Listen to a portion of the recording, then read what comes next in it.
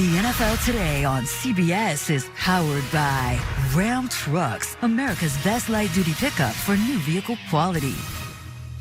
And welcome back to the NFL Today. And now Amazon takes you out to the sights and sounds of the game between the Jets and the Dolphins. Let's throw it out to Miami with our announcers, Jim Nantz, Tony Romo, and Tracy Wolfson.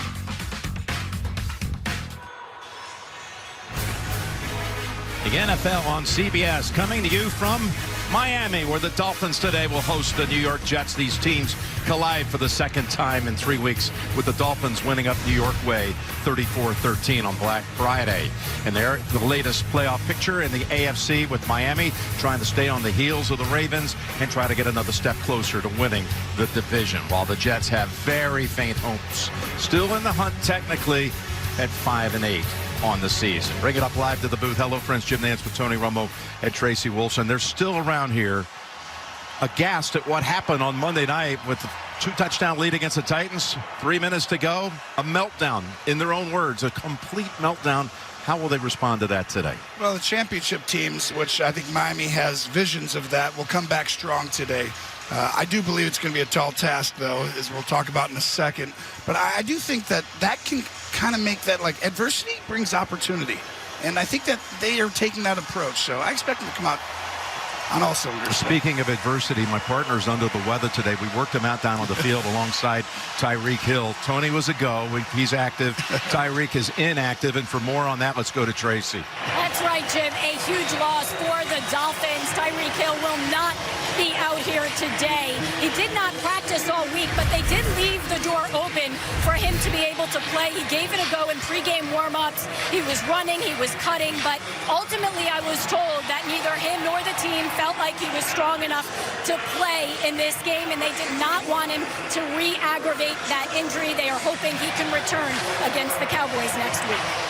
Well, meanwhile, that completely affects everything that Tua is going to do in this game today. When you don't have the threat outside of Tyreek, or just to have what he does every single game, it's a big difference for this team. Huge difference. He creates so many opportunities for everybody else. It's why they're one of the best rushing teams in the league. And I'm excited to watch how this plays out, because now all of a sudden you can, pressure the quarterback without worry of this one guy hitting a home run on every play. And, this is the first time Coach McDaniels had to call a game without Tyreek out there. So this will be fun for a fan of football to watch.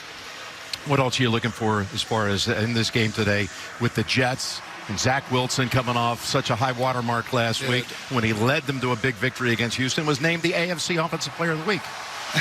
you knew you were going to say that at some week, point, right? it was going to happen, right? It was impressive. I mean, I think he aggressively took what the defense gave him. I mean, all of a sudden they're backing out of there. He checks it down very quickly. And all of a sudden it's 1st and 10, and they drop back to pass. They got Garrett Wilson one-on-one opportunity. He just let it rip. If he continues to play that way, this is a very tough team to beat, because we know how dominant this defense can be. Yes, the dominant defense of Jeff Ulbrich and the Jets has been there the entire season. And today they, again, don't have to go against Hill. So what do you say?